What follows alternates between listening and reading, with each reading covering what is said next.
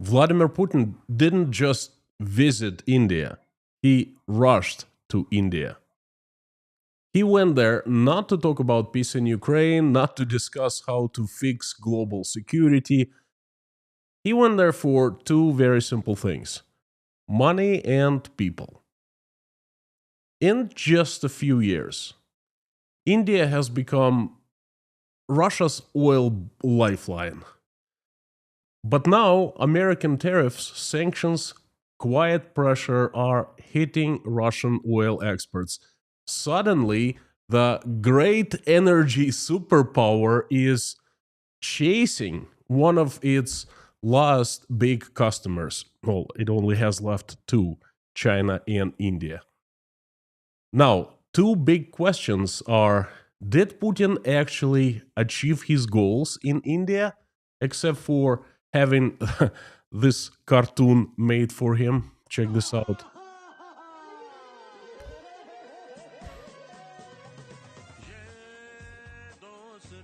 I kid you not.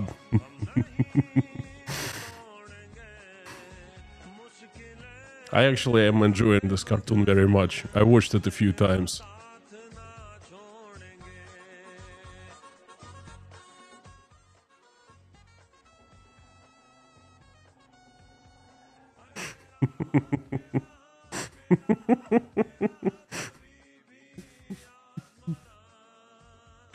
Oh boy.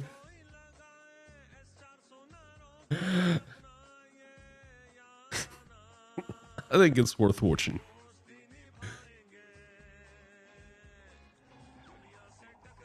Donald Trump left behind. Oh, you darn Putin. Now, the second question is: what did Putin have to give to the Indians in exchange for oil money? Let's find out. Howdy, howdy, everyone. My name is Konstantin. Welcome to Inside Russia, where usual Russia is explained by the unusual Russian. I am Russian by birth, analyst by choice. I lived it, I studied, and I report it to you. I make Russia make sense. No BS propaganda or lies here, only common sense, logic, and truth. And some emotions too, because I am living the tragedy of my country's demise. Now, Vladimir Putin visited India. Big trip, both internationally and domestically. But only this wasn't just an ordinary official visit of Vladimir Putin. Everyone saw how Putin was greeted on the red carpet, how Modi, the prime minister of India, came to visit him personally, came to meet him at the airport. That's a facade. What was hidden away? Secret negotiation of selling the most valuable asset Russia still have left. No, not oil, not gas, not mineral resources. No, nothing like that. Something that Russia has inherited from the USSR and is still using. This treasure is Putin's last card with India. And I think Putin has just made a big, big mistake. Now, I have broken down this video into a few sections, quite a few sections, but they are short. Now, I'll start with who needs more whom. Russia has been presenting itself as the mighty, powerful geopolitical leader that has this unbreakable friendship with India. Russian propaganda domestically has been irate about this. Well, no, I shouldn't say irate, excited about this visit. Oh, look, India welcomes Russia. Oh, look, Modi has such a great relationship with Putin.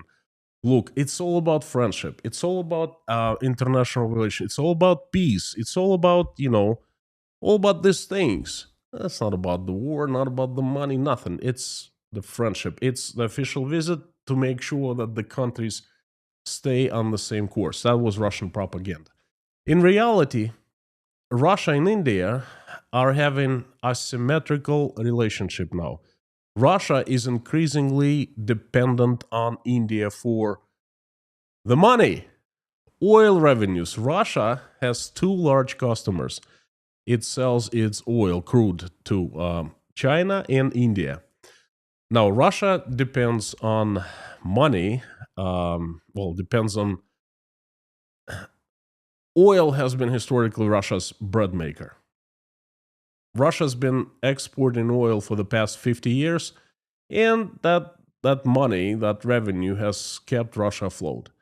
Now, these days, Russia is using it to finance the war in Ukraine, to finance the elites so they don't rise up against Putin, and to balance the federal budget. So it can pay Russian people a little bit, so just enough for them to keep them at bay and to feed them.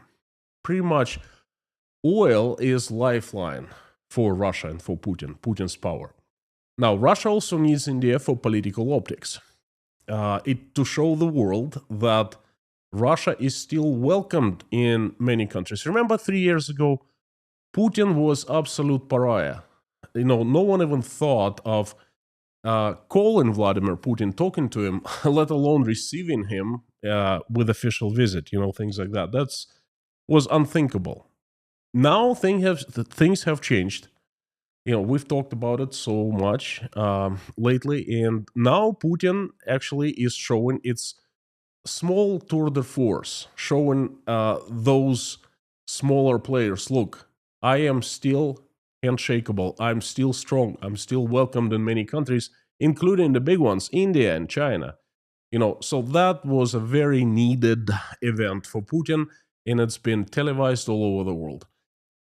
And now, Vladimir Putin needs labor so much, it's becoming as of an important thing as money. Now, let me take you from the history of Russian-Indian relationship to the trade in oil, to U.S. pressure, to what Putin came to ask to India now, to what he can offer and what he actually offered, and what this means for Russia. Now, let me start with short history of Russian-Indian relationship. It all started in the Soviet period, a long time ago, over 50 years ago. Now, in 1971, Indo-Soviet Treaty of Peace was signed. It officially was called the Treaty of Peace, Friendship, and Cooperation. That was turning point of Russian-Indian relationship. The thing is, shortly before that, the United States had expanded its influence into Pakistan. And Pakistan has always been the opponent and perhaps the enemy of India. So the USA started building up relationship with Pakistan, and the Soviets, of course, they had to step in. So they started the relationship with India. Moscow still backs India diplomatically and militarily against Pakistan, and helps in Bangladesh war. Helped in Bangladesh war in the past. Now, the USSR became main arms supplier for India. Tanks, aircraft, even submarines. They became the backbone of Indian military during the Cold War. And the political message to India has always been this: we stood by you when the West didn't. And that, to a certain extent, it's true. Now, that's Soviet times. In the 90s and 2000s, the USSR collapsed, and there was a pause in Russian-Indian relationship. And, Russia was on the pause. Russia was trying to survive and reformat itself and get adjusted to the new reality it found itself in 1991. So all relations with countries far away, they were kind of put aside. And India definitely was not the most strategic partner. Of course, the Western countries, Europe, the buyer of Russian gas and oil, the USA and other countries, India, somewhere. far away. But then that started changing when Vladimir Putin became the president in 2000. He visited India among the first countries when he became the president, and he tried to reestablish the relationship between India and Russia. Now, Russia and India started cooperating economically. They started doing big projects together. The biggest project so far is the military company called BrahMos. It produces cruise missiles. It's a joint venture between the Indians and Sukhoi, holding Sukhoi and other Russian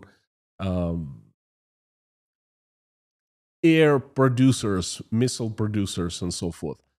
So also they maintain and service Su-30 MKI and partially produce T-90 tanks and S-400 air defense systems. Now, Russia, until recently, equaled trusted arms supplier to India.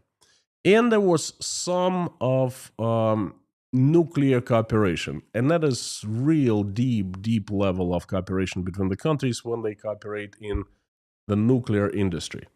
There were a couple smaller reactors, nuclear reactor constructions. Now, today's reality is India still heavily relies on Russian origin hardware, I should say Soviet origin really, on tanks, aircraft, submarines, and missiles, especially missile defense systems. But India, at the same time, is diversifying. It's buying from the USA. It has been buying quite a lot of military tech from the USA, from France, and from Israel. And what's most important, and that kind of like gives a hint of what will come at the end of this live stream, so please stick around. India is pushing its own defense industry development. Now, that is very important. Moscow in the past was always sort of an older brother, but the picture has been changing very fast. And this Putin's visit, no older brother anymore. Now, the next trade before the war and after 2022, the oil trade explosion. Now, it's also very important part to understand between India and Russia, the relationship between India and Russia. Before full-scale war with Ukraine, trade volume between Russia and India was fairly modest. Russia was still very important militarily, supplying military products to India. And India definitely did not buy much of Russian energy. Didn't buy much of gas or oil. Some, but very little. Russia was far from the top supplier. Now, oil imports from Russia until 2022, until the war, were under $5 billion per year. Everything changed after 24th of February 2022. Now, Europe cut Russian oil, and Russia needed new buyers, fast and bad. And that's when India stepped in. It started buying Russian oil in large volumes, huge volumes really, but at the very discounted price. Because, you know what? Beggars cannot be choosers. Russia lost its best and most reliable importer of oil and gas, Europe. Who else is there except for Europe to buy Russian oil, really? China and India. And so India has been using Russia a great deal, buying Russian crude at huge discounts. Now, just give you a couple numbers. In 2023, India spent $39 billion on Russian oil compared to $5 billion just 1 year prior. almost 8 times more than before. And in 2024, Russia sold India oil worth around $69 billion. Do you see the dynamic? 5, 39, 69. Now, it's really hard to say how much India will spend in 2025. The year isn't over yet. It is clear that the number will be huge, less than previous year because of the sanctions, which I'm going to talk a little later about, but still huge amount of money. And Russia really needs that money. It needs, even without money, it has a tremendous budget deficit, and it's really struggling.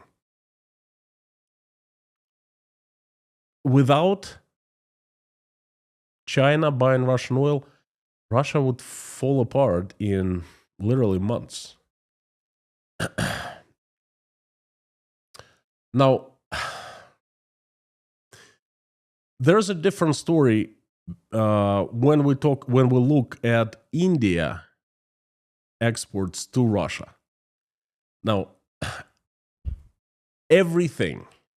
for everything, Russia spent just under $5 billion buying from India, and it sold 69 billions worth of oil, a little bit of gas, mostly oil. So Russia got 69 billion from India, and India got $5 billion from Russia.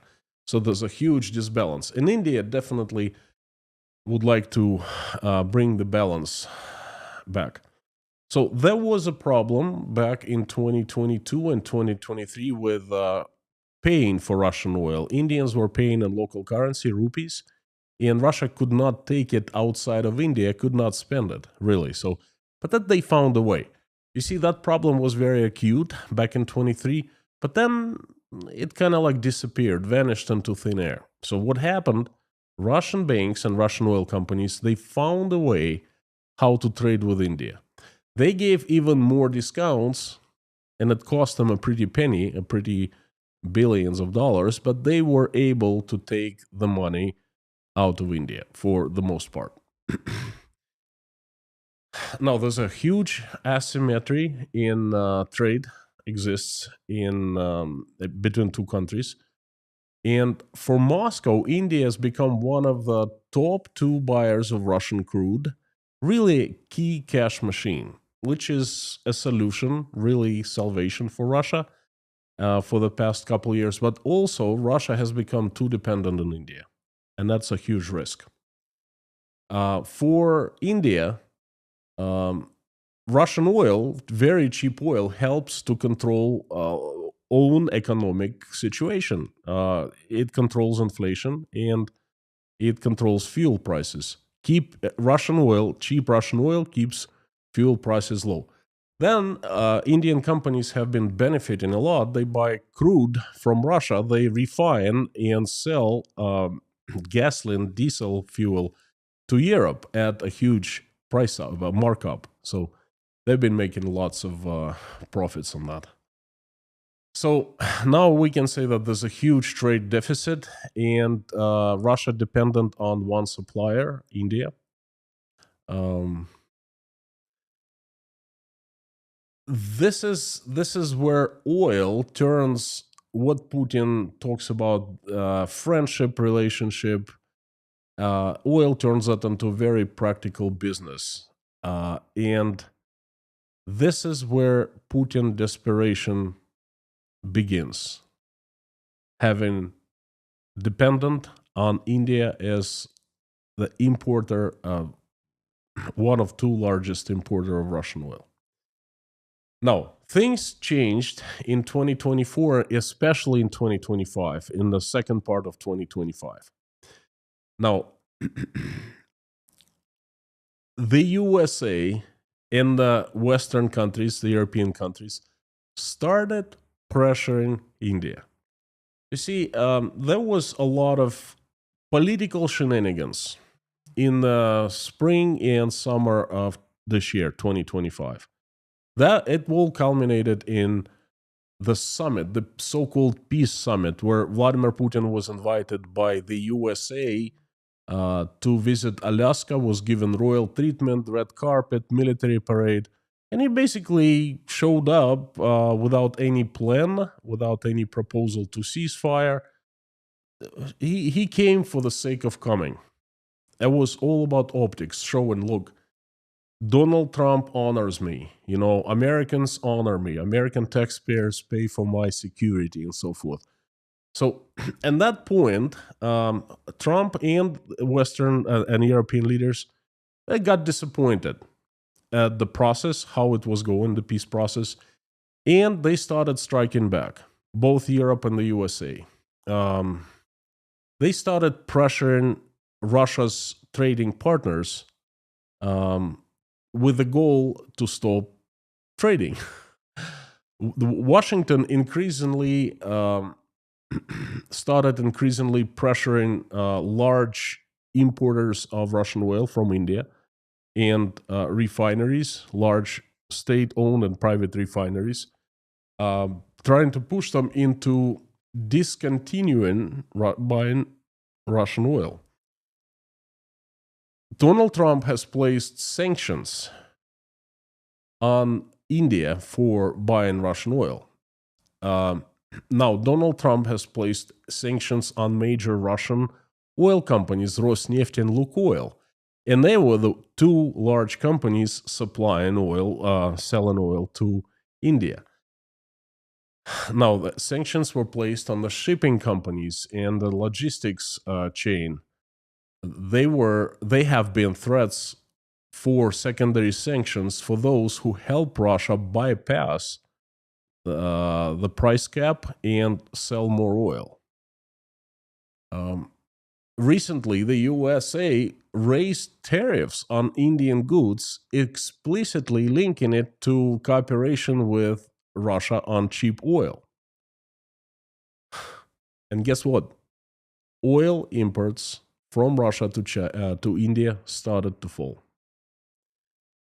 After nearly 3 years of constant growth, India's imports of Russian crude dropped significantly in late 2025. First half of 2025 showed 14% year-on-year decline of Russian crude. Even though the trade was still big, it was on the decline. Now, we're waiting for the numbers for the second part. I am not going to give you exact numbers here because I don't know them. No one does. There have been different numbers coming in. I've heard for the numbers of the drop in Russian oil supply to India as much as 27%. Now, I think at the end of the year, we will have the more precise numbers, but I want you to understand the impact has been made, a big one.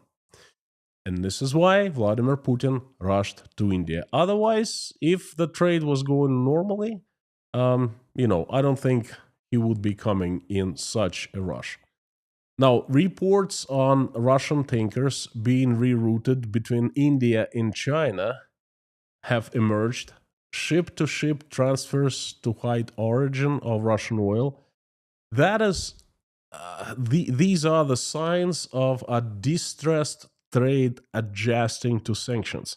And each adjustment costs Russia more and more. Okay? Discounts go deeper and deeper. Well, the higher risks, the higher discounts, the lower prices. And India started hedging its, its bets. India, to pacify the USA, signed historic deal to import liquefied natural gas from the USA. India definitely wants cheaper energy, but it also wants the access to the Western markets, specifically the Western tech, and specifically the US market, the biggest one in the world. It wants to trade with the USA. India keeps saying, we will buy Russian oil as long as it serves our national interest. And this is the key point. Now, does it still serve India's national interest? We're seeing it from Vladimir Putin rushing to India, Russian president rushing to India. Now, for 3 years, Russia thought it had found a golden customer. Now the customer is saying, hey, listen, we have other options. Suddenly, as soon as Putin hears that, he understands the flames that his economy starts having. And I've been talking about that a lot lately. What does he do? He grabs a suitcase and he flies directly to see Modi in Delhi.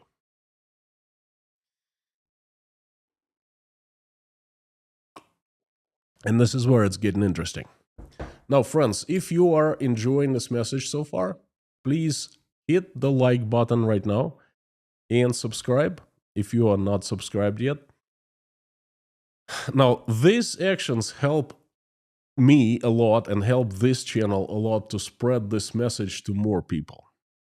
And also, after this message is done, please leave a comment in the comment section telling us which part of the world you're watching this from right now. This is actually one of the most positive, pleasant things for me in the last few live streams, because it's entertaining and it's very pleasant. Even if you keep on telling where you're from, there are thousands of messages now and thousands of places. Read through them. You'll have fun as much as I do. So please tell us where you are watching this from. Coffee or tea would also be nice. I wouldn't turn that down. I love English breakfast, tea, and American coffee, Americano, every morning. Thank you very much. Now, let's move to another part of this message. What Vladimir Putin actually came to ask for. Two things.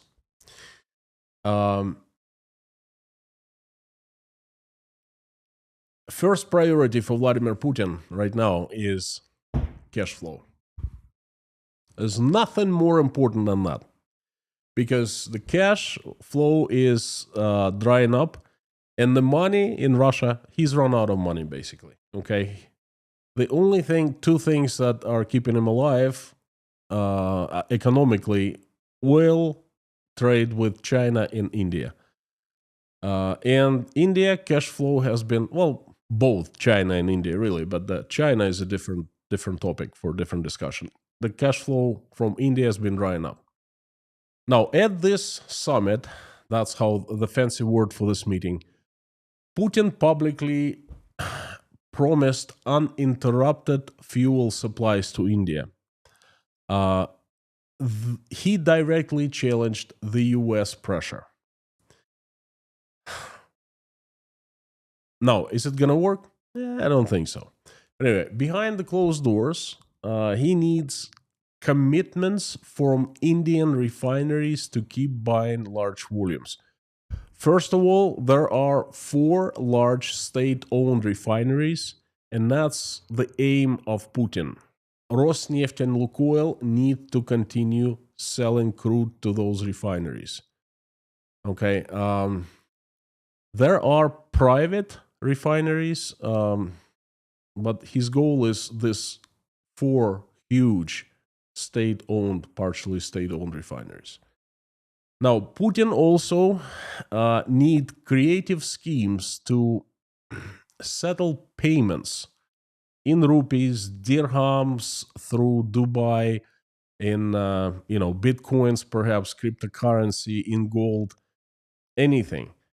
There are sanctions on Russian oil. There are sanctions on shipping routes, on shipping companies, and Russia's somehow gonna receive payments, and Indians somehow is gonna pay. So that's what Putin came to negotiate. And for Russia, this is the federal budget and the war money. For Putin personally, it's survival, political and personal survival. For as long as he has money inside Russia, he survives. As soon as he runs out of money, everything falls apart. He's out of the Kremlin, he's dead, physically. And so money is the first priority. Second priority, very unusual one. Not too many people expected it, but it's people.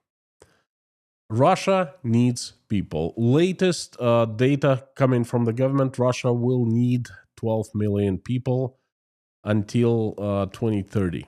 So people are needed for labor because, well, obviously, people are running away from Russia and the war in Ukraine is taking its toll, okay? So Putin needs laborers and he needs economic links between Russia and India. This new word has been all over Russian propaganda, labor mobility. We didn't hear that before in Russia. Now it's all of a sudden, it's not migration, it's not migrant workers, it's not immigrants, it's labor mobility. Indian workers for Russian construction companies, infrastructure, state-run projects, and perhaps, maybe for Far East projects in Russia.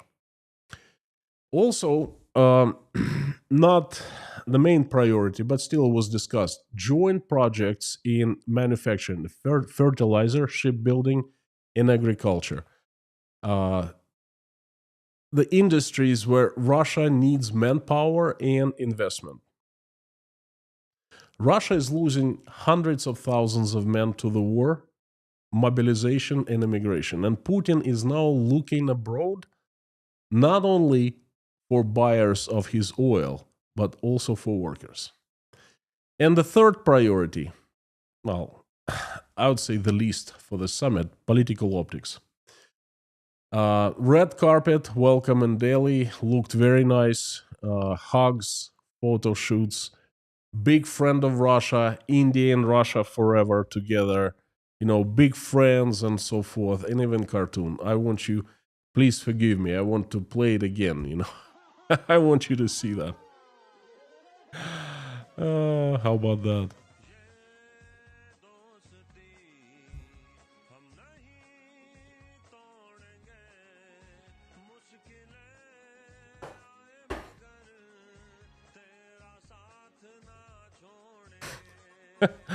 Funny. Oh Vlad, oh Vlad. How low you've fallen.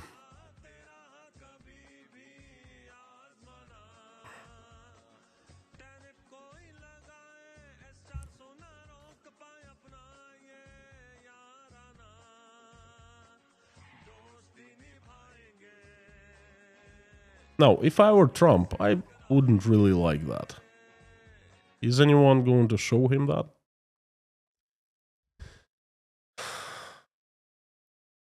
Such a friend, India. Friendly ties with the country, crowded halls, big delegation of the Russian officials, smiling Modi, Putin and Modi hugging, and agreements signed. Message to Russian domestic audience is absolutely crystal clear. We're not isolated. Putin is your great leader. Welcomed to other countries, big countries. The global south loves Putin, loves us, loves you through Putin. And Russia is such a powerful partner for everyone. That's what Russian people have been hearing. And you know what? They've been buying this. Okay, they absolutely believe that crap. And don't ask me why. Russian people surprise me every day these days.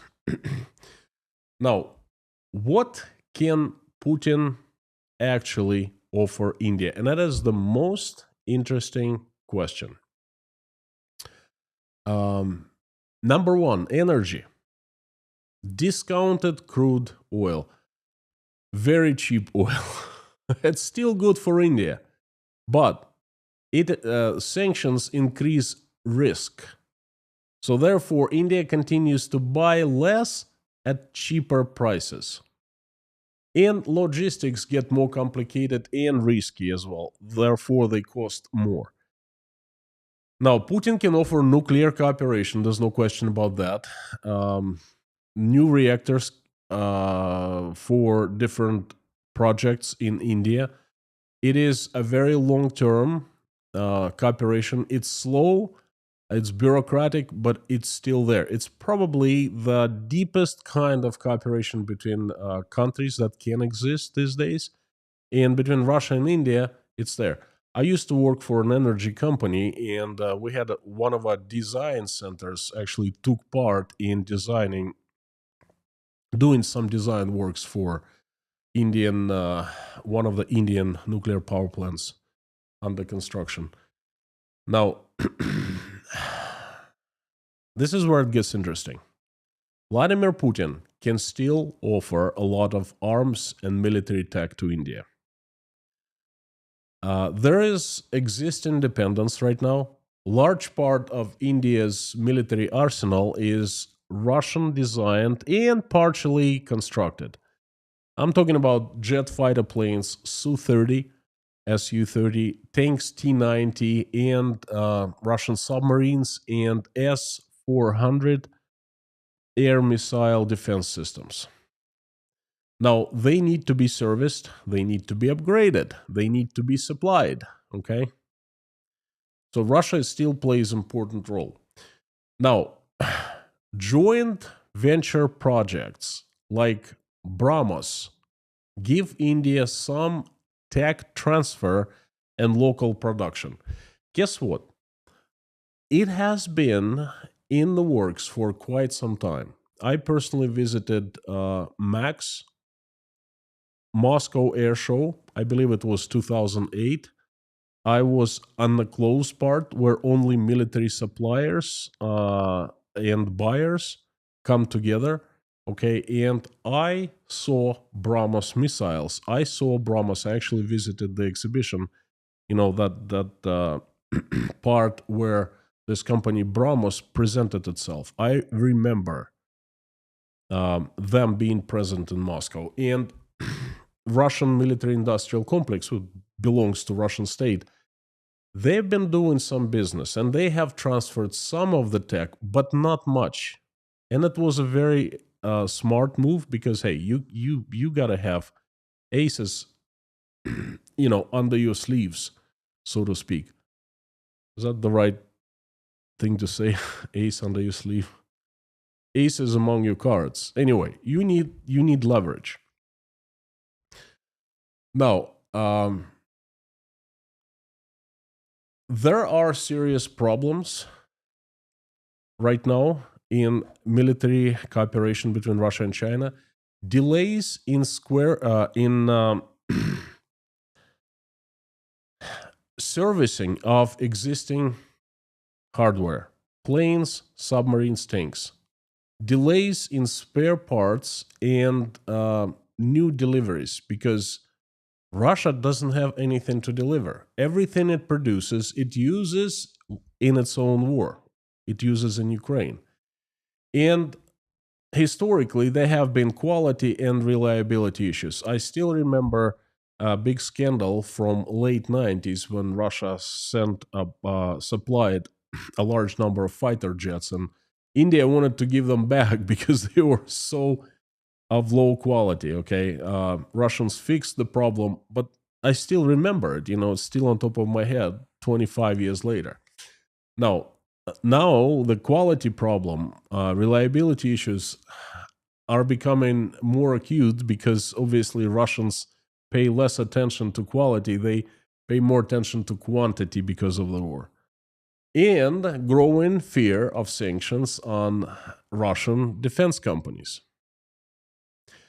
What does India really want from Putin these days? Technology. High-tech stuff, semiconductors, advanced manufacturing, know-hows, market access. Russia can't really supply that at scale, but India needs that. Now, India needs access to also Western markets and Western investments. And close ties with Russia, they become a liability in this case. So India is balancing. It's comparing Russia and the West. I think you understand that comparison. Russia is not favorable there. Putin comes with oil, nuclear reactors, and Soviet tech, hardware, guns, planes, submarines. And India is looking at the USA, Europe, Japan for advanced stuff, post Soviet stuff, for investments and for markets. Tell me, who is begging and who is choosing? I think it's pretty obvious. Now, I'd like to give you some news off topic a little bit. Interesting news about Putin's associate, friend, and the architect, the creator of the Russian world ideology, Alexander Dugin. Today, the UK placed personal sanctions against Alexander Dugin. As you might know, not too long ago, a couple of weeks ago, Alexander Dugin went personally after me. He threatened me and he insulted me online. So Alexander, I swear, today's sanctions upon you have nothing to do with me. I didn't do anything. I didn't tell anything to anyone. Okay, that's between you and the English. It's nothing to do with me. I'm sorry. Despite all the pressure from Russian state, from Dugin, from the secret police KGB that follows me once in a while. It actually was in a live stream on Patreon 2 weeks ago. One of the operatives, I showed him. Despite all of that, despite Google demonetizing me and not letting me to remonetize, I'm still here. I'm still alive. I'm still breathing. Shaken but not broken. So thank you for all your support, friends. Thank you for messages, for prayers, for your love. Thank you for coffees at buymeacoffee.com, Patreon, PayPal. You have my promise. I will keep on going. I will not quit. I will be here every single day in front of the camera telling you the truth of the transformation Russia is going through. Thank you from the bottom of my heart. Now, how much does India still need Russia? Not really black and white. I cannot answer. All I can do is just to discuss. Now, defense dependence. About 70% of Indian equipment, military equipment, is still of Russian or Soviet origin. So that needs spare parts, overhauls, maintenance services, upgrades. Basically, this will go on for years.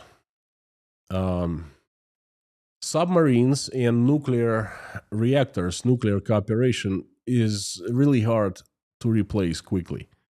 Okay, that is there to stay. And Russia is a useful partner for India against China and Pakistan axis. And Russia helps to keep India to some autonomy from the USA. Basically, Russia is a card that Modi can discard, trade it with Trump for something. And the trade is going to be soon, and it's going to be grand. In BRICS, and China, India is a part of BRICS. That's the economic union of Russia, China, India, Brazil, and a few other countries. So in BRICS and multilateral forums, India likes to show that it talks to everyone. It's neutral. It's very peaceful. It's the mediator between everyone. But the trend is very clear. India diversifies energy and weapon suppliers, and that is the death sentence to Russia. From India is a close partner and ally, no more. It depends on the USA, on the European Union, on Japan. It deepens ties with these countries, but it keeps Russia as the backup plan. It needs Russia somewhere nearby, just in case. And it also needs Russia as a cheap oil option while it is convenient. India doesn't want to ditch Russia completely. It wants to downgrade the relationship from dependence to option. And for Putin, that's a disaster because he needs India as a lifeline, not just an option. Well, you know what? Putin has lost his geopolitical game even here, even with India.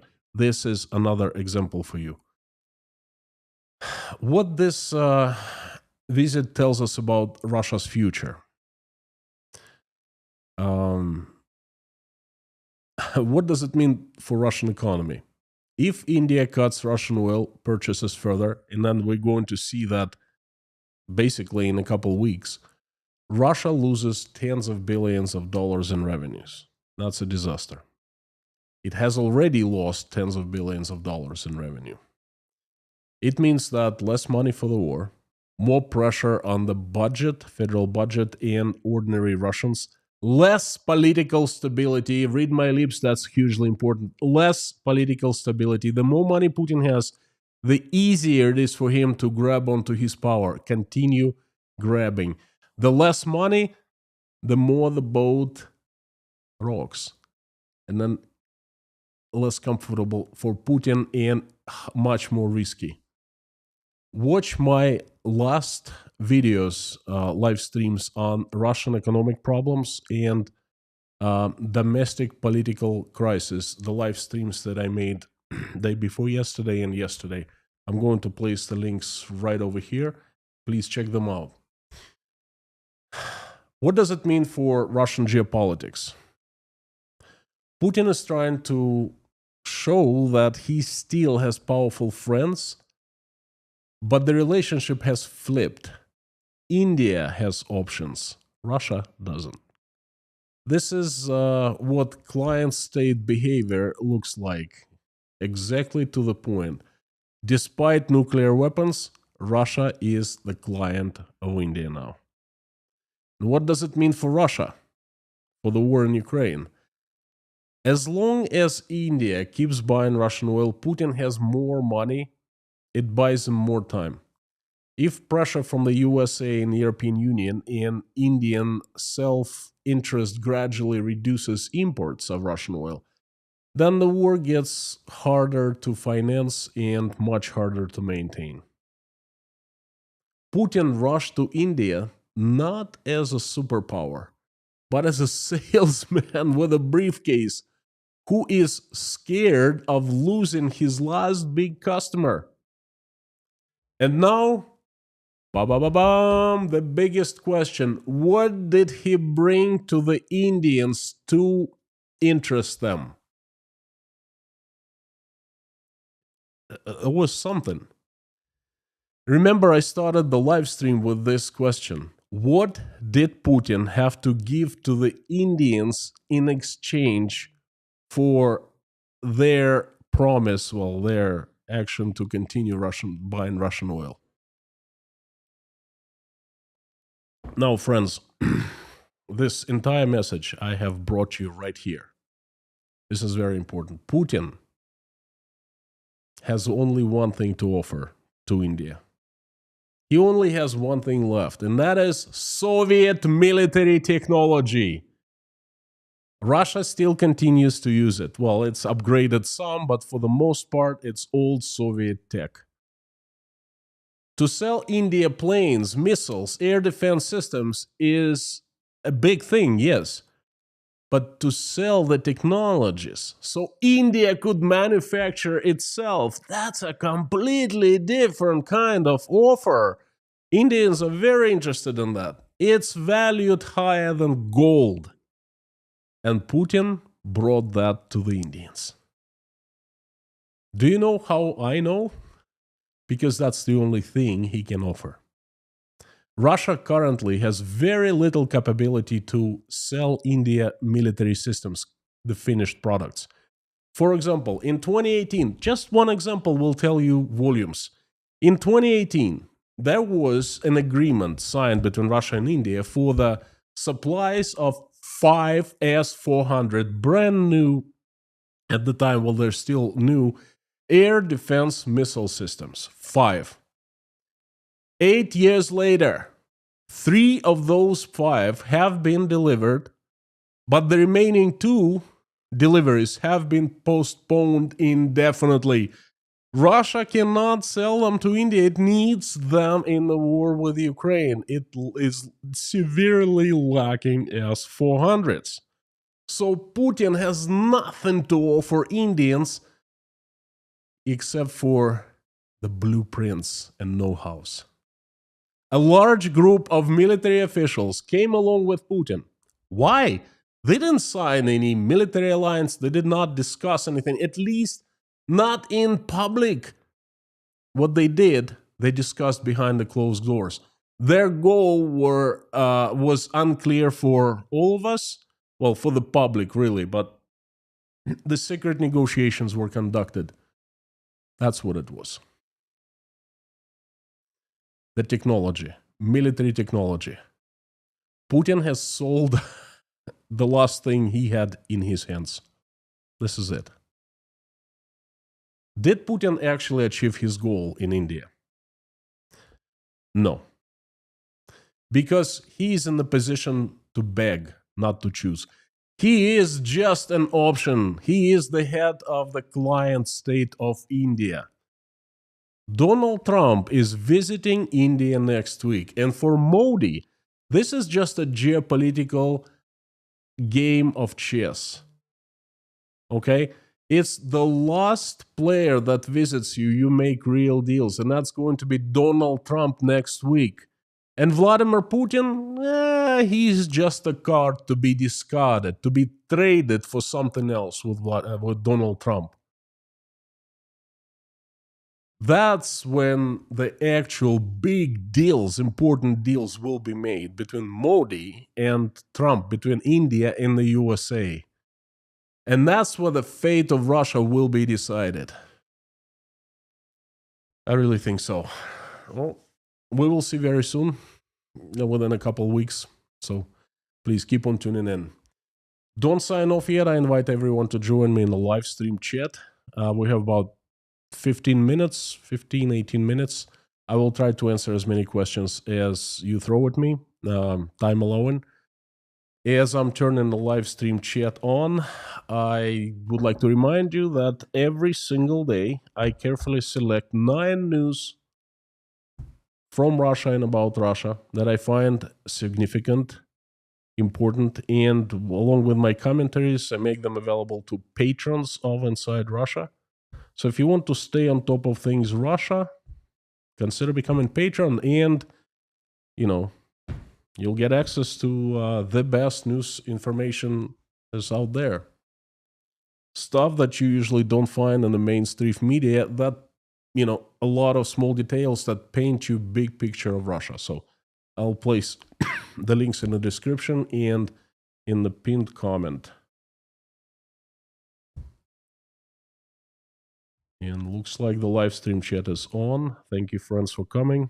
I hope you liked this message. Please let me know in the live stream chat if you liked it or not.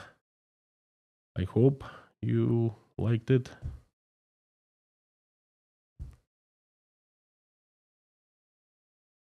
And I see the usual suspects, and I see the moderators of Inside Russia. Now, if you're here for the first time, I want you to know that this is undoubtedly the best community on YouTube. You know why? Because of the moderation team.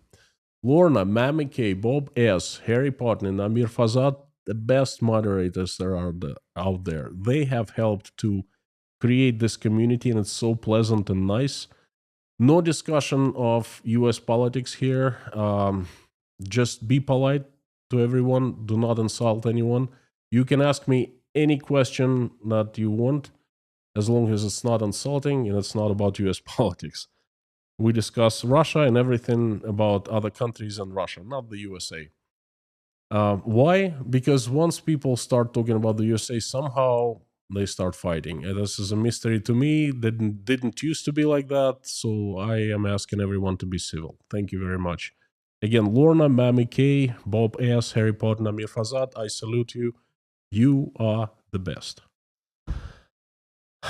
The usual suspects, you are the Inside Russia community. The pillars and the pillars of the pillars. Thank you very much for coming.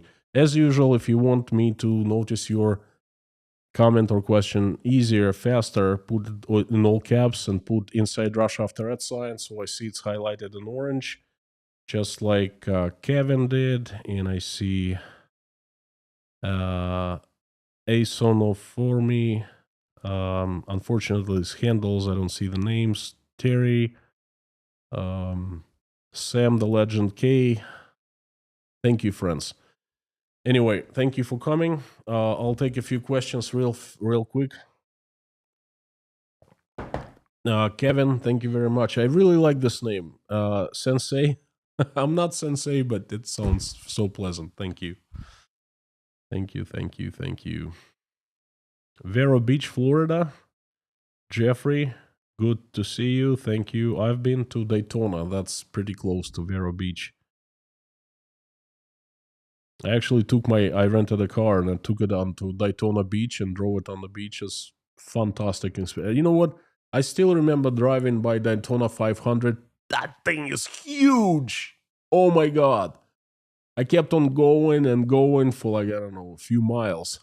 This thing is huge. Guy, when I see what the fudge, I know immediately it's Guy. Thank you for coming. India are ordering 26 Rafale jets after the Su-57 air show in India. It was a failure and looked awful. Well, Guy, that kind of goes along with... Guy is a military expert, by the way. He's a pillar of Inside Russia. He's such a valued member of our community. He's always at Patreon commenting. So if you want to see more of Guy's comments, consider becoming Patreon. We have a great community at Patreon as well. I am always, often, very often there chatting, because there's like a little ongoing chat. I'm always there. I post private pictures, more personal conversations, and so forth, and daily snippets, short videos, and 9 news every day. So if you want to see more comments from Guy like this one, definitely consider becoming Patreon. And Guy, this kind of goes along with what I've said today. So Russia is getting canceled everywhere. We're seeing the demise of this big country. Not many people still understand the depth of Russia's fall. Okay, it's like a phoenix. It's fallen into the ashes. Now, will it rise from the ashes again? I don't know. We'll see.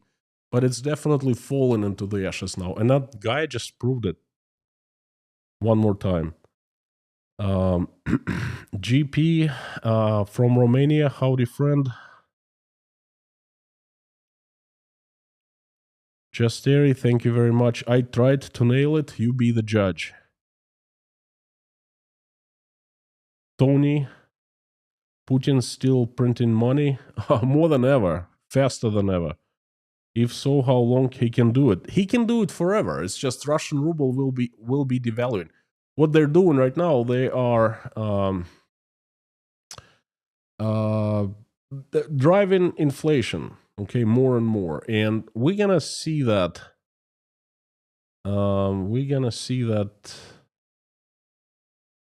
Very, very soon. We're seeing the results of it right now, and he can do it for the first of 2026, and it's just the implications will be harsher and bigger and bigger and bigger, and then the economy, one day it'll just stop functioning normal.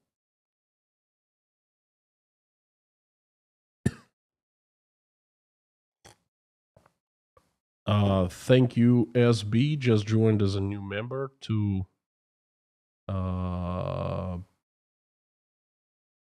Chris von Ann. Thank you very much for becoming patron. And I'm seeing a couple coffees.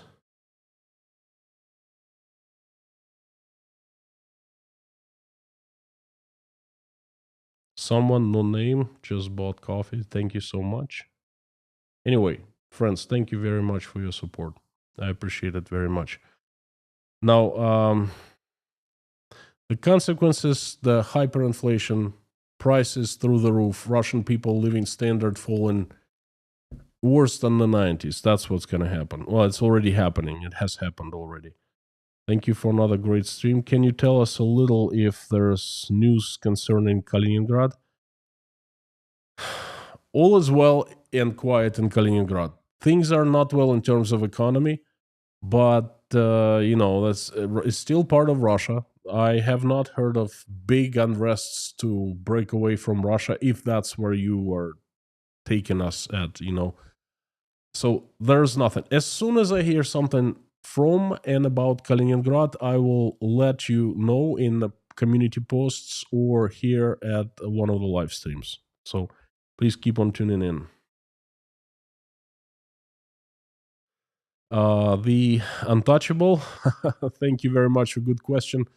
Well, I was baptized as Eastern Orthodox Christian.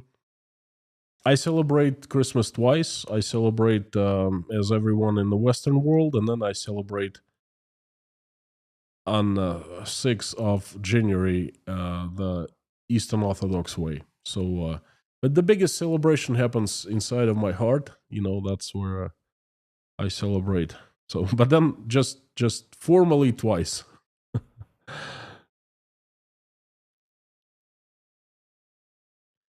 Leitmotif, thank you very much for coming. The pillars of inside Russia. Is there a black market for IKEA products? There is no black market. What happened? IKEA had some suppliers, Russian companies that supplied different furniture, different products to IKEA. Now, IKEA closed down stores on March 2nd, 2022 and left, just like that. 3 days out of Russia. But those factories, they still stayed and they still kept on manufacturing. So now they are selling IKEA products under their own brands. Of course, quality is not the same. And they alter the process of manufacturing. They cut corners a lot, but you can still find some beds, some tables. It's not black market, okay? It's considered Russian manufactured goods. And you still can find that some of that stuff, okay? It's not IKEA. They use their own brands. They don't give warranty, things like that. But yeah, you can still manage. Hel Porter, good to see you. Thank you. The pillar of pillars of Inside Russia. Really great analysis. Thank you. Wonderful words. I appreciate it. It's hot. I'm sweating somehow. I apologize, friends. I am on fire today and I'm sweating. Winter in Tashkent for you. Hey, what do you know? I have the impression that the whole India's technology is far more sophisticated than the current Russia. I agree with you. India is much bigger country, much stronger economy, and much more advanced than Russia. Didn't used to be like that. The USSR than Russia was way more advanced. Now, Russia tries to send a space rocket to the moon, it explodes. Indians sent and landed onto the moon. Okay, that's just to tell you of the two countries. Compare these two countries.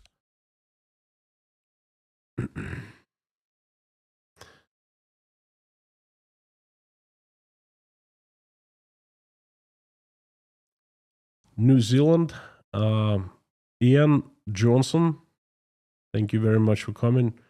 You see, I like to see people telling where they're from. You telling where you're from. New Zealand, Spain, Brazil, the USA, Canada. Imagine sitting in front of the world's map and seeing the dots. That's where Inside Russia members are all over the world. I don't know, somehow that fascinates me. I love it. I just love it. Thank you.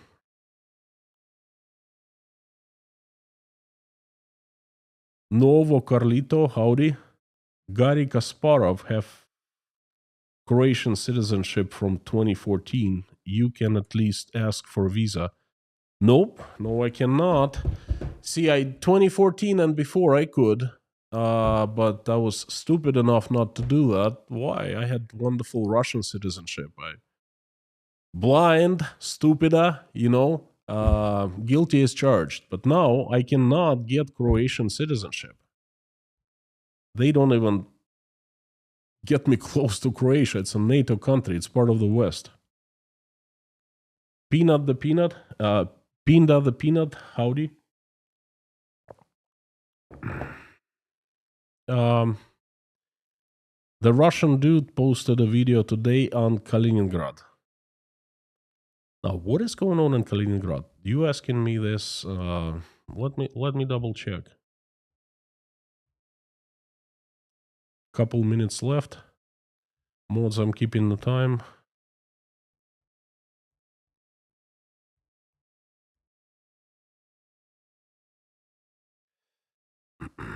Just give me a second here. Kaliningrad.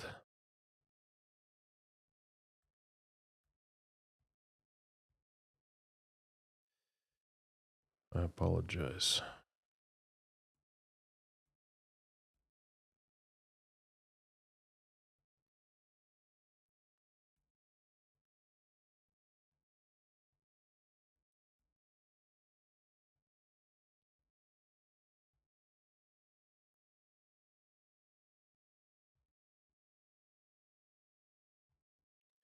I don't really watch other YouTubers much. Once in a great while, if someone recommends me something, I watch.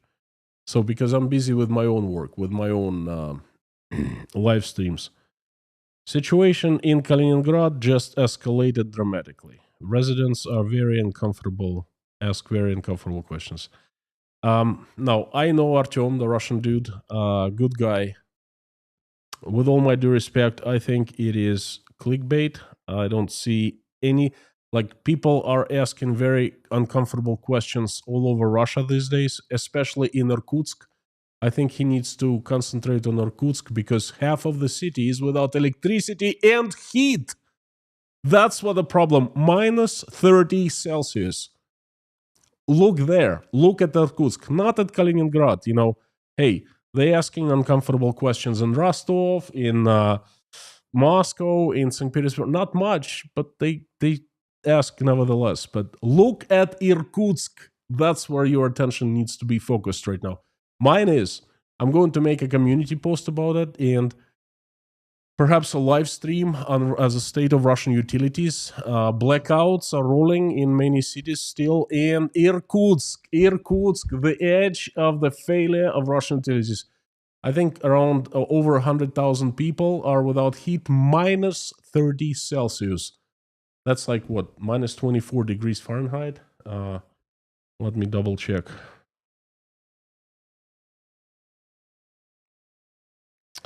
Let me double check.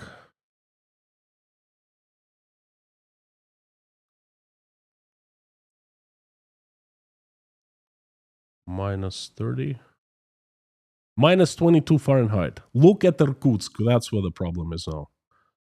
Not in Kaliningrad.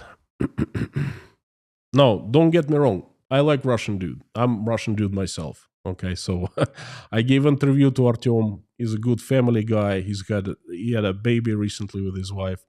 Lives in Canada. Great guy. Okay, so this particular video, I question.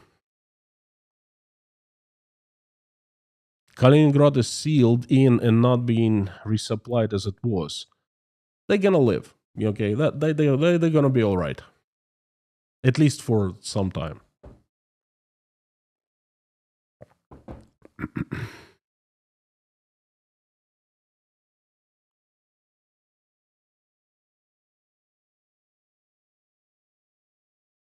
Okay. Indiana. Howdy. Thank you very much for checking in. Scooter Chick. Thank you, friends. Okay, wrap it up. Thank you very much. Tomorrow, please tune in. Economic update. Weekly economy review, great stuff. I have some number. I have myself have hard time believing what's going on in Russia. Just gonna give you a little heads up. 1/3 of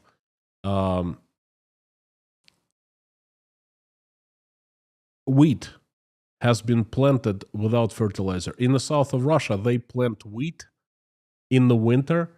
It's a special kind of wheat called azimaya. 1/3 has been planted without any fertilizers at all.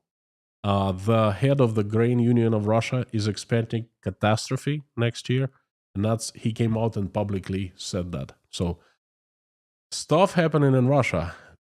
All I was telling you for 3.5 years, it's tsunami, bad stuff, landslide. Now we're seeing that. Whew.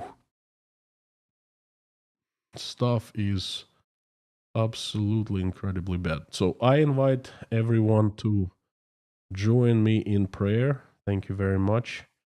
Thank you, Lena P, for the coffees. Thank you very much, SB.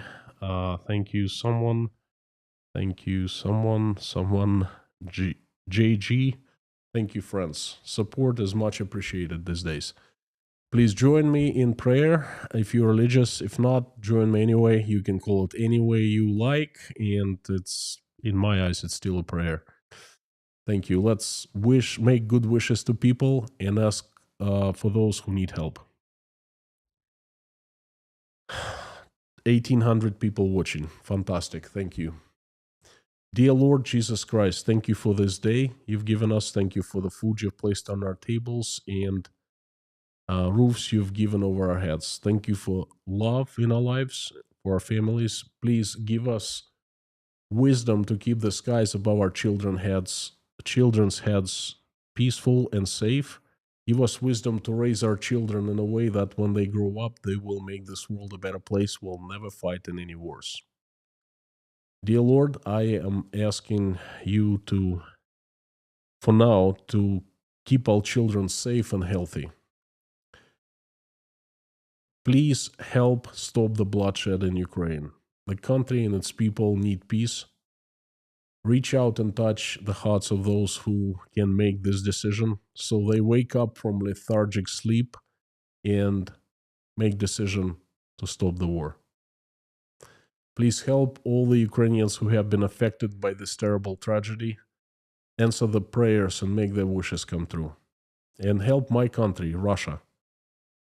Assemble your strongest angels with sharpest swords, and have Saint Michael lead that heavenly army of yours to this earth to get rid of the demons who have hijacked my country, who we know by their names and by their faces. Please send your angels to help good Russian people run the country to make it peaceful, loving, and respecting. Dear Lord, please help those who are traveling, send them safe travels, and help those who are in danger of any kind, send them safety and safe harbors. Please help single mothers and fathers who are struggling raising their children, trying to make ends meet. Please help those who are seeking for any kind of asylum, trying to find safety for themselves and their families. And help those who are helping Ukrainians, and help those Ukrainians who are under current attacks from Russian weapons. Please send everyone safety. Dear Lord, I am asking you to help those who are in need, the hungry, the sick, the jobless, the homeless, the addicted, those who are losing faith, those who are crying, those who are going through divorce, those who can't see their children as much as they want to, those whose hearts are bleeding, those who are betrayed, those who are abandoned and left behind. Please reach the heart of every person in need and fill it with love, and show them that you are still with them. You still love them. You still watch every step they take. Please help everyone in need.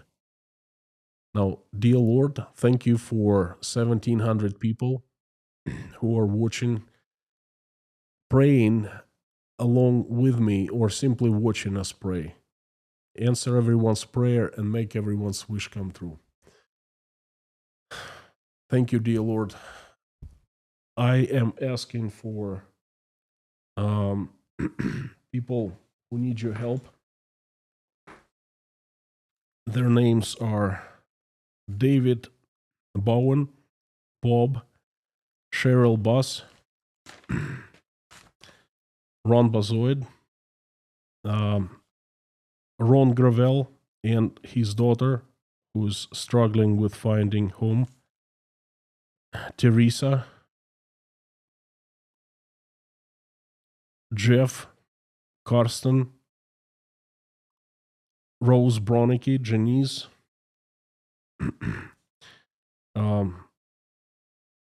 Nelson Bandela. Please send strength to Anita and have the soul of Gail rest in peace. Please help Ray, Rachel, Lee and Brenda, Pamela J, Bridget, Uli Yun, Victor Garishan, Rod, Helen TMBC, Larry Barth from Canada,